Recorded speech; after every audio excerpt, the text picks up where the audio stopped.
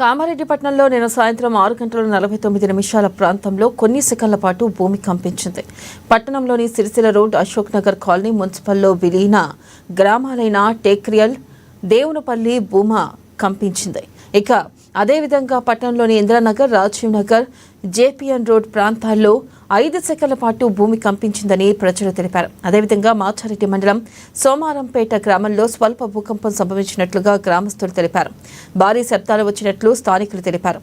దీంతో ఒక్కసారిగా ఇళ్లలో ఉన్న జనాలు బయటకు పరుగులు తీశారు. ఏం జరుగుతుందో అని అర్థం కాక ఆశ్చర్యానికి గురయ్యారు.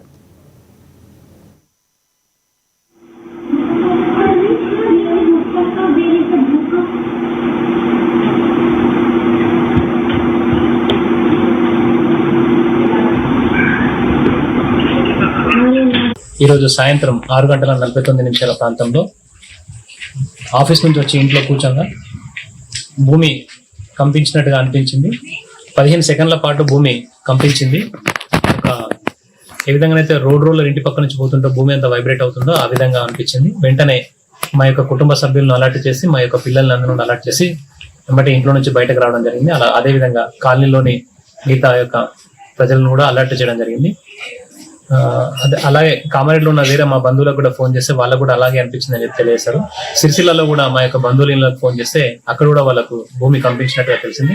మరి స్థానిక విద్యుత్ శాఖలో నేను పనిచేస్తాను, అక్కడ మా ఆఫీసర్లను అడిగితే కూడా వాళ్ళకు కూడా భూమి కంపించినటువంటి ఫీలింగ్ ఏర్పడిందని చెప్పి తెలియజేశారు. ఈరోజు సాయంత్రం 6:49 ప్రాంతంలో ఆఫీస్ నుంచి వచ్చి ఇంట్లో కూర్చోగా భూమి